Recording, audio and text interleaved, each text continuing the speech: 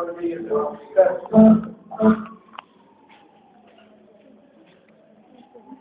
Quiero que la obligación lo hagan conscientemente.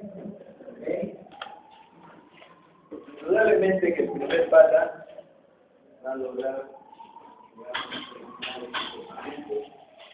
su carrera y obtendrá, digamos, por decir, para que se levante toda chica. El segundo pata siempre viene acá, que es lo que va a hacer rockero y misio. Y ya se imaginan la tercera que va a hacer, cómo va a terminar. Va a terminar ranchando en su casa o en la fábrica de leche. Así que, si ustedes la atención bien, van a hacer lo primero. Bueno, vamos a ver ahora.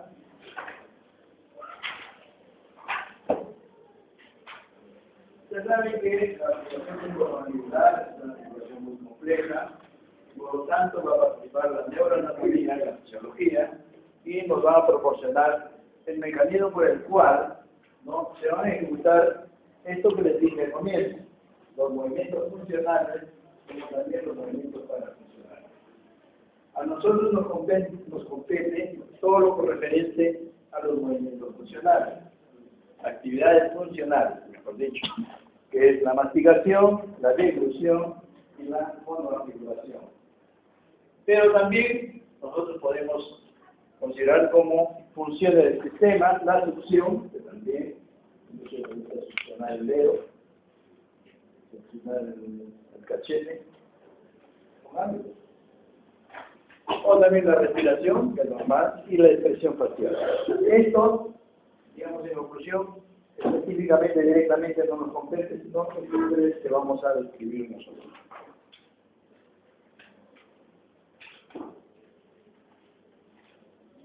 La función masticatoria se caracteriza porque es condicionada. Esto quiere decir que primero nosotros tenemos que grabarlo en nuestro sistema, ¿no?, sistema nervioso central. Hay unas neuronas que se llaman generadores de patrones centrales. Esas son las neuronas que van a captar todo lo que nos van a enseñar a nosotros a masticar, a hablar, a caminar, y ahí se va a grabar. Una vez que se fijen en estos patrones, en estas neuronas generadoras de patrón central, ya nosotros podemos, ¿no?, ejecutarla automáticamente. Porque la masticación puede ser automática, ¿no?, constantemente estamos viendo televisión y estamos comiendo. No necesitamos pensar para comer, ¿no?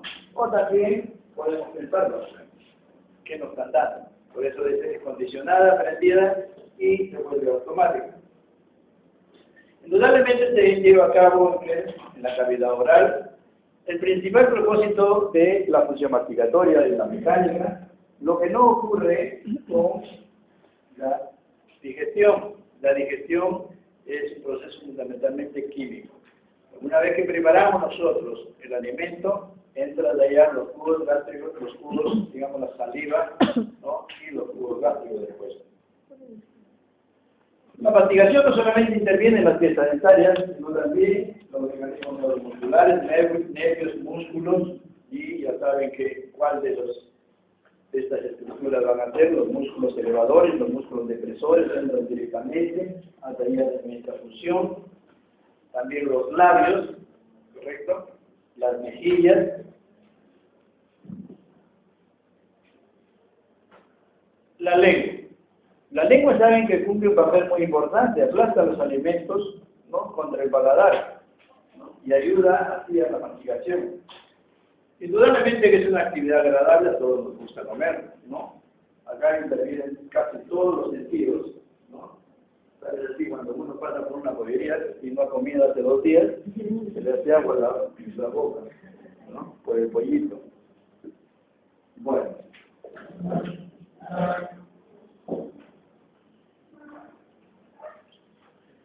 Ya decíamos que el proceso se lleva en la cavidad oral, el alimento aquí tritural y molido, y lo que participan generalmente son las molares.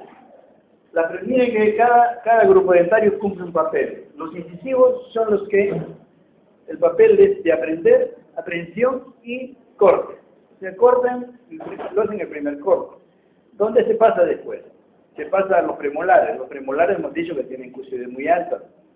Tienen la altura cuspidia de un premolar, viene a ser un tercio de la altura de su corona.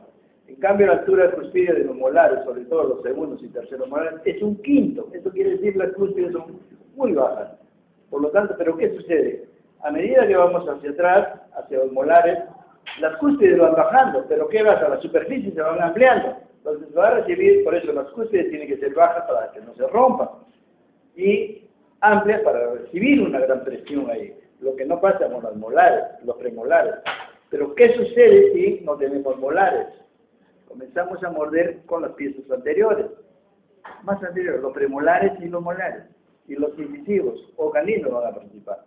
Pero para eso, ¿qué tiene que hacer nuestra mandíbula? Tiene que adelantarse para ponerse vis a vis. ¿Y qué sucede? Cuando se adelantan, los caninos, los incisivos inferiores están golpeándolo. Cada vez que se adelanta, lo golpea. Por eso el paciente dice, doctor, yo tenía mis dientes bien juntitos, ¿sí? Y derechitos. Ahora están abiertos y se van hacia adelante. Y eso sucede cuando uno ya hace abuso de la masticación anterior. Entonces, hay dos clases de masticación. Lo que llamamos nosotros la unilateral, que por donde masticamos únicamente, la mayoría, el 99% masticamos unilateralmente nada más. Y otro, la ideal, o bilateral alternada. ¿Qué sucede con la bilateral alternada? Observen, estimula, ¿no? La estimulación, o sea, cuando masticamos nosotros estimulamos no solamente a la saliva, estimulamos a los tejidos que rodean a donde estamos haciendo la acción masticatoria, a los músculos, tejidos, etcétera, etcétera. Entonces, cuando nosotros estimulamos o tengamos esta clase de masticación, va a estimular tanto al lado derecho como al lado izquierdo. Los músculos van a crecer de igual forma. Es que cuando van al gimnasio, por ejemplo, ¿qué hacen cuando van al gimnasio? Si ustedes se ejercitan más del lado derecho, la izquierda no crece, es un músculo. Esto se mantiene más crecido. Igualito sucede en la boca, ¿no? Si se estimula ambos lados van a desarrollarse en forma uniforme. Si estimulamos un lado, uno va a crecer más que el otro. Favorece al estado de oclusión. ¿Cómo así? Cuando nosotros masticamos, en general, las piezas se van a desgastar toda la vida. Y a eso se le llama el proceso de atrición. Atrición se le llama al desgaste fisiológico que sufren todas las piezas durante toda nuestra existencia. Pero hay otra que se llama abrasión. Ese es el desgaste patológico. ¿Correcto? Abrasión. ¿Dónde funciona la abrasión? Cuando apretamos y rechinamos los dientes. Se va a desgastar mucho más rápido que la acción fisiológica. Entonces, en el segundo ítem que dice en la masticación ideal, la favorece el estado de oclusión ambos. ¿Por qué? Porque el desgaste va a ser tanto en el lado derecho como en el lado izquierdo y no va a ocasionar interferencias oclusales, como va a suceder en la unilateral.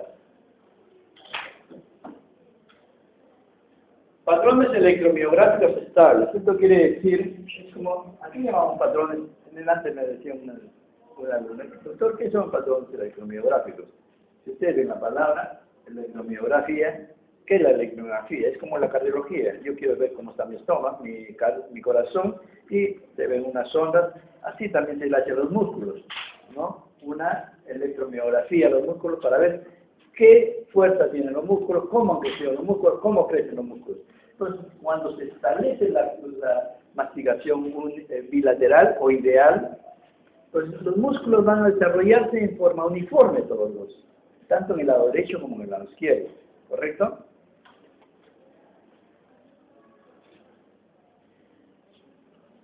Mejor higiene bucal, porque ya han visto, si ustedes quieren ver a una persona por donde mastica, hagan de la boca. Y por donde mastica va a estar limpio. Por donde no mastican van a estar con sal, van a estar con restos alimenticios, van a estar con material, etcétera, etcétera. O algunos que no se lavan bien la boca van a estar con gingivitis. En cambio, en una masticación ideal, ambos lados se mantienen limpios. ¿Por qué? El mismo alimento, el mismo roce, es que lo me va a limpiar a la superficie, a la superficie occlusal o a las piezas dentales. En cambio, ¿qué sucede con la unilateral? La estimulación solo se hace al lado activo, o sea, al lado donde masticamos. Entonces, esto va a desarrollar más que el de acá. ¿Ok? Y si uno desarrolla más que el otro, ¿qué va a pasar? ¿No? Se va a generar estas interferencias oclusales. Esto quiere decir, si un lado se desgasta más que el otro lado, cuando revisemos nosotros los movimientos excéntricos, es decir, movimiento lateral, derecho, izquierdo, donde se ha desarrollado, donde se ha desgastado va a quedar bajo, donde no se ha desgastado va a quedar alto. Entonces cada vez que nosotros desviemos va a tocar, va a estar golpeando. Y eso es perjudicial para la oclusión. Lo otro favorece la placa y, nuevamente, si se forma la placa, va a formarse los cálculos dentarios, se va a generar la caries dental y, subsecuentemente, ¿qué va a pasar? La gingivitis. Problemas en el tejido de soporte y viene la enfermedad periodontal. Ya sabe que la enfermedad periodontal es consecuencia de una serie de mecanismos, ¿no? Comienza falta de higiene, comienza con destrucción dentaria, destrucción del tejido óseo, destrucción de encías y al final todas las piezas están bailando, ¿no? Si es que no tiene, no se va a hacer. Entonces ya vemos entonces que esta es la masticación unilateral y en esta masticación unilateral tenemos que prestar mucha higiene en la otra lado donde no masticamos. ¿Por qué han hecho de que la unilateral es la que más? Porque si te das cuenta, decíamos al comienzo, que la masticación es automática. Tú no sabes por dónde masticas. Tú vas siempre en el plato y no te das cuenta de qué lado masticas, pero date cuenta y vas a ver que solamente vas a masticar por un solo lado. ¿Por qué? Porque tú te sientes, mamitas, te sientes como come nomás. No sabes por dónde masticar. Pero si tú lo haces consciente de tu masticación, vas a ver por dónde lado, por qué lado masticas. Mayormente lo hacemos unilateralmente. No estamos acostumbrados a esta masticación. Es raro, debe ser el 5%, que puede masticar 10 máximo, que lo hace alternadamente. Mastica por acá, mastica por allá. Y cambia. Es como el futbolista. Patea para acá, patea para allá. ¿Ah? Ahora, ¿cómo se instala una masticación unilateral? O sea, ¿cómo se instala esto? Uno, dolor a la articulación temporomandibular. Cuando nos duele la articulación temporomandibular, solamente abrimos la boca lo suficiente hasta que no nos duela. Ahí realizamos la masticación. ¿Ok? Y lo hacemos tan delicadamente sin ninguna fuerza excesiva. No podemos abrir la boca más porque nos duele la articulación. Indudablemente hay la articulación duele unilateralmente, a veces una articulación, como a veces puede doler ambas articulaciones. Lo otro es la enfermedad periodontal. Cuando tenemos un problema periodontal, no mordemos por donde está la periodontitis. Tenemos que buscar un espacio al otro lado, ¿no? Así tenga caries, para masticar, ¿no? Entonces ya no mordemos acá, porque una periodontitis, ¿qué es? Alteración del periodonto. Y el periodonto es exquisito, tiene mecanorreceptores muy sensibles.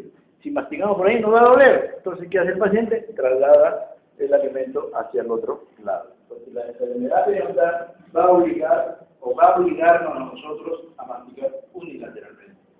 El otro es la caries dental. Si tenemos unas cavidades tan grandes por exclusión como esta, no podemos masticar. Buscamos por donde tengamos dientes, ¿correcto? Y se instala también la masticación unilateral. Puede ser unilateral posterior o puede ser unilateral anterior, porque si nos falta tanto el lado derecho como el lado izquierdo posterior, ¿qué hacemos? Como los conejos. Como los conejos tenemos que masticar.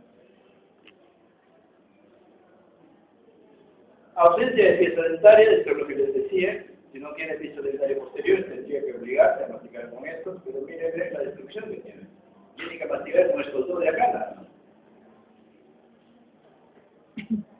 por último, esto. A ese dentista le dieron el premio por burro. Observen esta corona. Miren el color. No tuvo noción siquiera que es el color que no coincide con el color del paciente. Y observen, está ocurriendo acá. Y miren atrás, no fluye. Entonces acá tenemos doble burrada. Uno, por el color, pero el paciente tampoco no reclama. Dos, por la que le ha puesto muy alta. Y si le pone muy alta va a suceder como este. Los músculos cuando encuentran, ya hemos dicho que el tejido periodontal, la fibra periodontal ya tiene unos mecanorreceptores muy sensibles. Esos mecanorreceptores pasan la voz aquí en el mecanismo neuromuscular y hacen que los músculos comiencen a mastigar más fuerte. ¿Con qué motivo?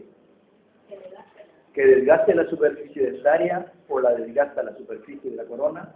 Pero si no puede desgastar, ¿qué es lo que hace?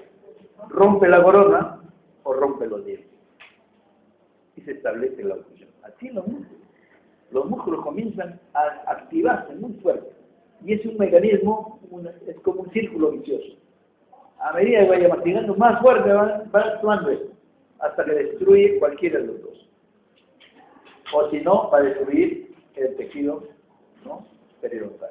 ¿Cómo se llama la situación de las causas o a las consecuencias? Las consecuencias De la masticación unilateral. O sea, ¿por qué masticamos unilateralmente? ¿Correcto? Pero, causas y consecuencias también. Mire, pero tampoco todos estos fenómenos que estamos dictando nosotros acá son consecuencias de la unilateral. ¿Por qué? Yo teniendo dientes puedo optar también, ¿no?, por la unilateral. Yo tengo dientes, todos mis dientes, así como el chinito, pero podemos llegar por un lado. No necesariamente estas causas que se ven, estos fenómenos que se ocurren acá, son consecuencias de la unilateral. Porque yo teniendo dientes también puedo instalar, por propio del paciente, porque se acostumbró a mastigar por un lado. Y ya sabe que cuando uno se mastiga por un lado, se va grabando. Hay unas neuronas que se llaman los generadores de patrones centrales.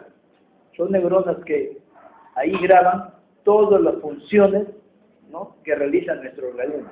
Cómo yo puedo mover este brazo, cómo hablo yo, el tono de mi voz, cómo camino, ahí se va grabando todo. Una vez que se graba, se va a un esquema y se repite, ¿no? Entonces, la persona que, teniendo dientes, se acostumbra a masticar, ya sea para la derecha o para la izquierda, es porque se grabó ya con eso. ¿Entiendes? O sea que esto es por lo general, pero también teniendo dientes puede instalarse una mastigación unilateral.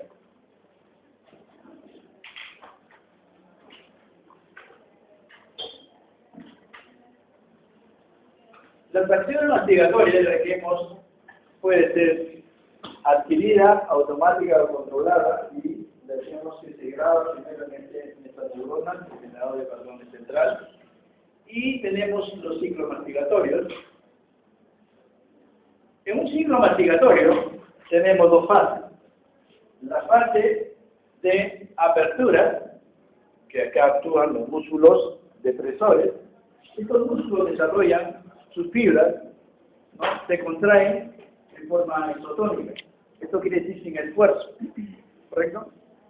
Se relaja de forma automática, y se abre la boca, como vemos acá, para introducir el alimento.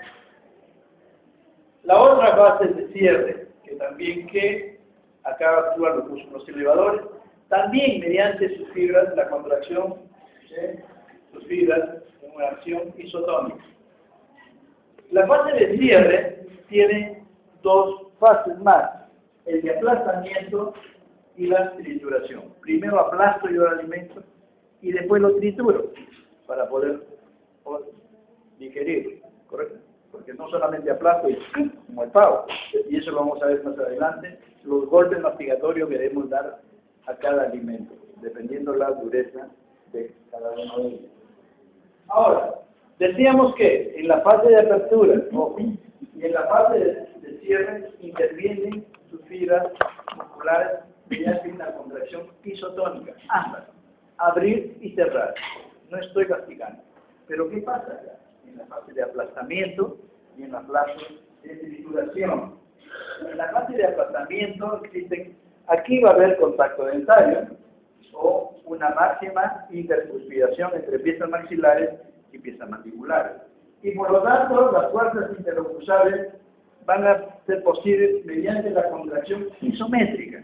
Aquí ya tenemos que dar una fuerza excesiva para masticar el alimento. Entonces, mientras que una apertura interviene la contracción isotónica o un cierre sin alimento, ¿no? que masticar, también tiene una contracción isotónica, pero cuando ya participan las piezas dentarias, la contracción va a ser de una contracción isométrica, ¿correcto? Indudablemente de los músculos que cierran. El patrón de todo esto, y eso es lo que, igualito que le preguntaron qué forma tiene el espacio periodontal, igualito se le va a preguntar esto. El patrón que tiene esa apertura y cierre, que son las fases de la masticación, el ciclo de la masticación, mire, esto es un esquema, o el patrón, este es la apertura, ¿correcto? Y este es el cierre. ¿Qué forma adopta la apertura y cierre? Es como si fuera una lágrima, ¿ok? Entonces, el patrón de la masticación, ¿no? De apertura y cierre es en forma de lágrima. Y eso, ténganlo en cuenta cuando veamos en mecánica del movimiento mandibular. Ahí van a ver, ¿no? En esquemas de Possel van a manifestarse este esquema de la masticación que es en forma de lágrima. ¿Cómo se logra? Se pone un estilo entre los incisivos, se pone una placa registradora y se hace abrir la boca al paciente y luego cerrar, ¿no? Esta es la apertura y este es el cierre.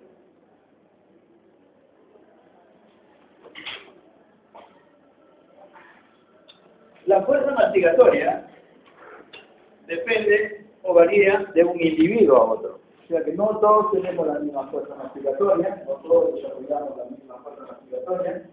En el varón es mayor que en las mujeres, por la misma contextura que tiene el varón.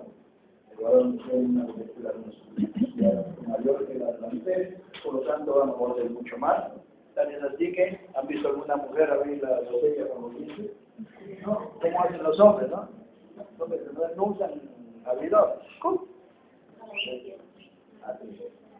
Yo no lo he dicho.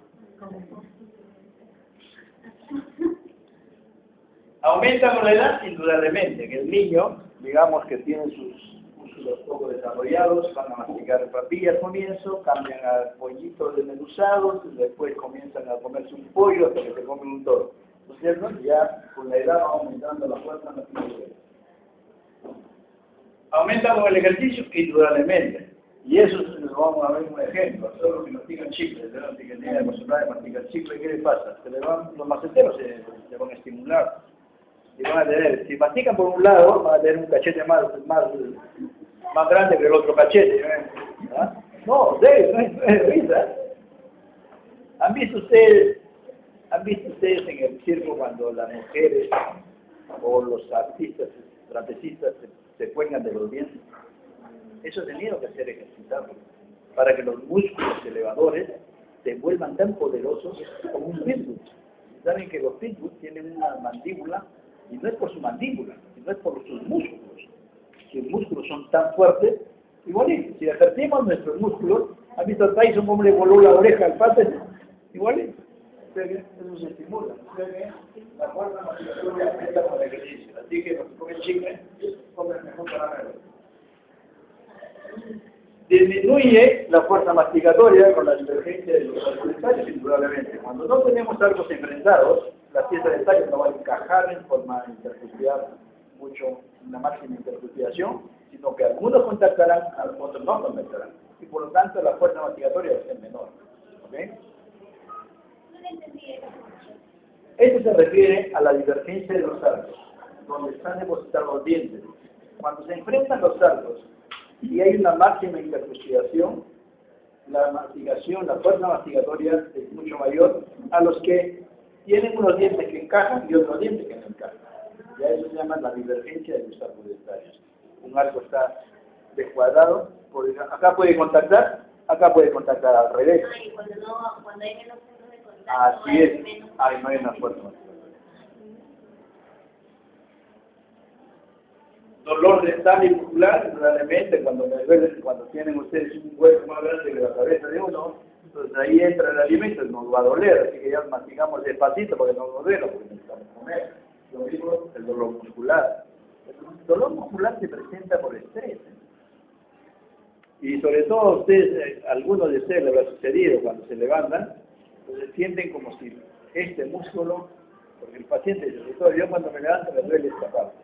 Son los músculos maceteros. ¿Por qué? Los tiene contraídos.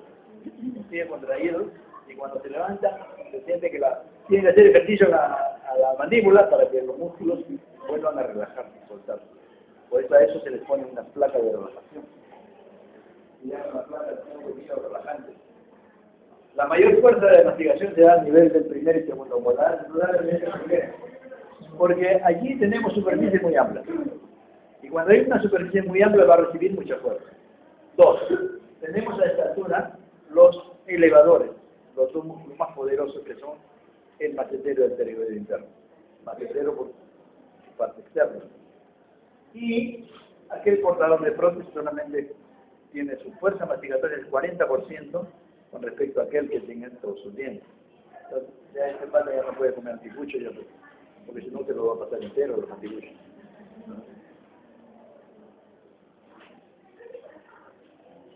Y esto es lo concerniente. Acá hablamos de fuerza masticatoria, ¿correcto? ¿Qué fuerza podemos imprimir a los alimentos? Pero ya sabemos que no solamente nosotros masticamos una sola vez a los alimentos, tenemos que masticar varias veces. Y a esto se le conoce como los golpes masticatorios. ¿Cuántos golpes masticatorios le vamos a dar al alimento? Entonces, correctamente, realmente los golpes tienen que enfrentarse mandíbula con maxilar. Por ejemplo, acá tenemos la manzana, que necesitamos 10 golpes, aproximadamente 10 golpes mastigatorios, 10 veces masticar la manzana para poder tragarla, ¿no? Y acá tenemos el pan. Pero ustedes me dirán, doctor, pero el pan es más suave que la manzana. Sí, pero ¿qué pasa con el pan? El pan es seco. Mientras lo integramos, vamos a masticarlo más fuerte. Entonces necesitan 20 golpes mastigatorios. O 12 golpes mastigatorios, digo que la manzana necesita 10. Esto se refiere a las galletas de agua. ¿Se acuerdan ustedes alguna vez vendrán cuando eran bebitos su galleta de agua para que no fastidie? Otro para que cuando están sus encías que pica, son unas galletas así como de ese tamaño y son duras, ¿no? Y el niño está chupi, mastique, todo el día tiene una galleta, tiene todo el día. Hasta ahora creo que hay, ¿no? Hasta ahora. Eso necesitamos nosotros 15 golpes masticatorios, muy duras esta galleta. Indudablemente la zanahoria también es duro. Y por último tenemos las carnes. Las carnes, sobre todo las carnes rojas, que son muy fibrosas, necesitamos masticar mucho más.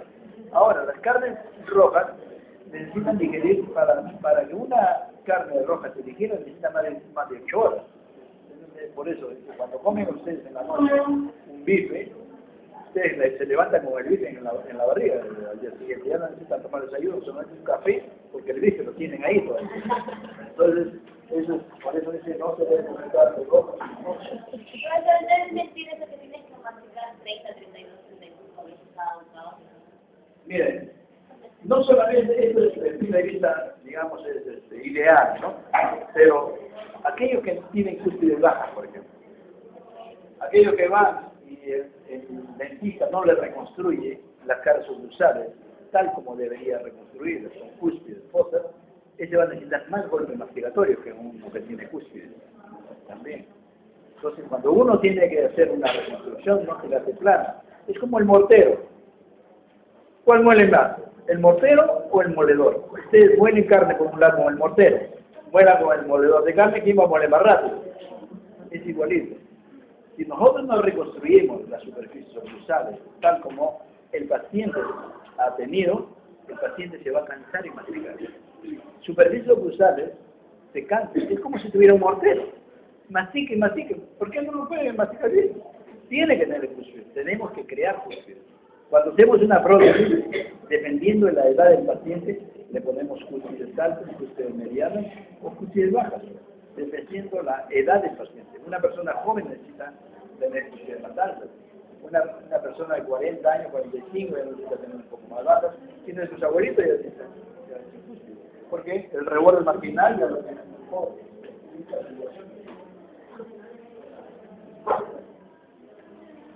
La segunda inclusión es la deglución. Aquí ahora esta actividad va a participar la actividad neuromuscular, donde van a participar activamente la boca, la faringe y el esófago.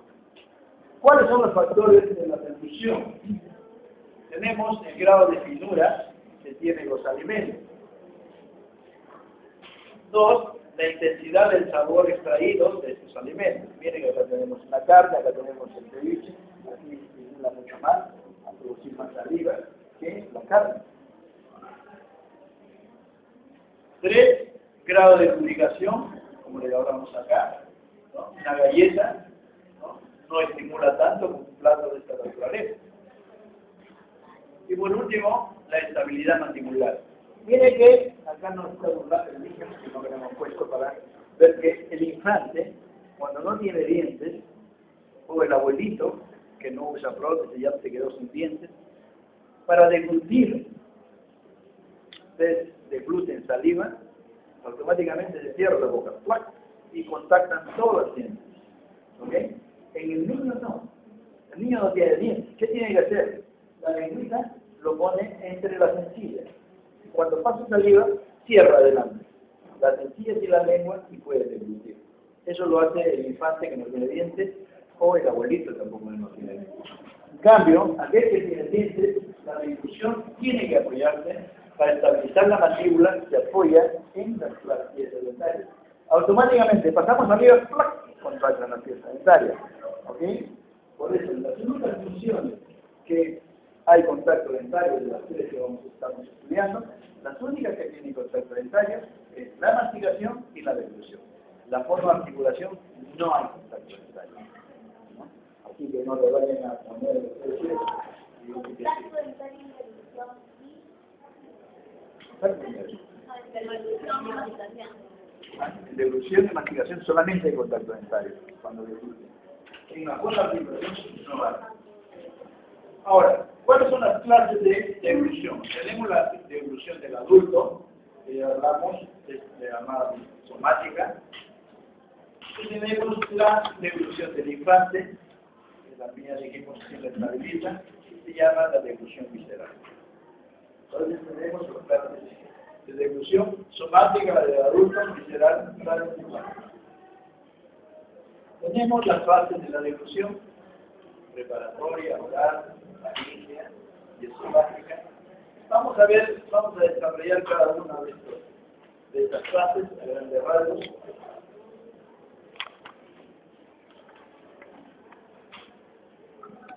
Entonces tenemos la fase preparatoria. Ya le vamos a abrir el apetito acá. Esto parece una paella. No, para él no hay nada. Para ella no más hay todo. Entonces tenemos el plan. ¿Cuál es la fase preparatoria? Primero vamos a separar efectivamente lo que vamos a mover. Vamos a tragar, a masticar.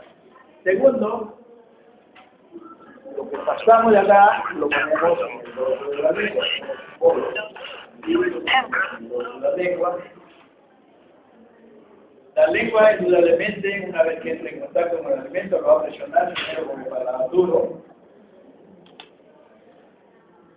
Acá la lengua se va a apoyar, miren, en el sector anterior de los incisivos para poder elevarse hacia el paladar.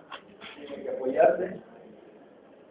labios cerrados, llevo oclusión de los labios, estamos hablando, oclusión de los labios, contracción de la lengua y el bolo va a pasar a esta parte, que es la pared posterior de la faringe.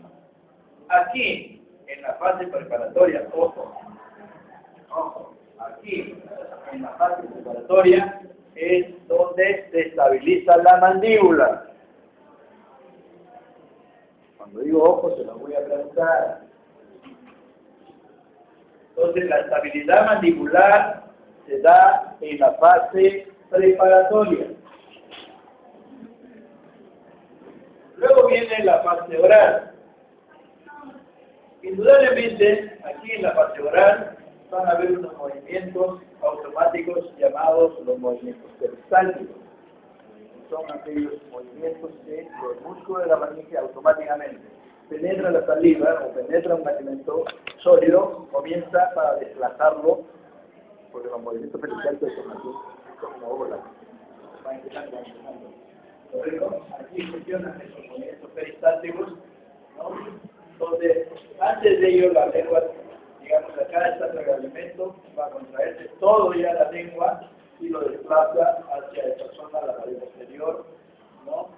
Se eleva totalmente la lengua hacia el paladar duro y se desliza el alimento hacia atrás, y como lo ven acá, ya se libera todo lo que vendría a ser la cavidad oral y el alimento pasa a la pared posterior de la faringe. Esto es lo que concierne a la fase oral. ¿Okay? Entonces vamos a ver la siguiente fase, porque son 4 fases.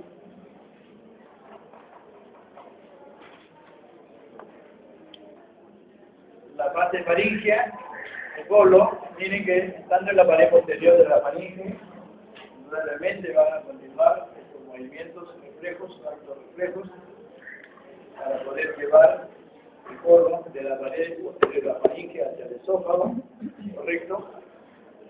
Al pasar el esófago, tiene que cerrarse 2 vías, las vías superiores y las vías inferiores, porque si no, que no va a volar a él o se no va a los pulmones.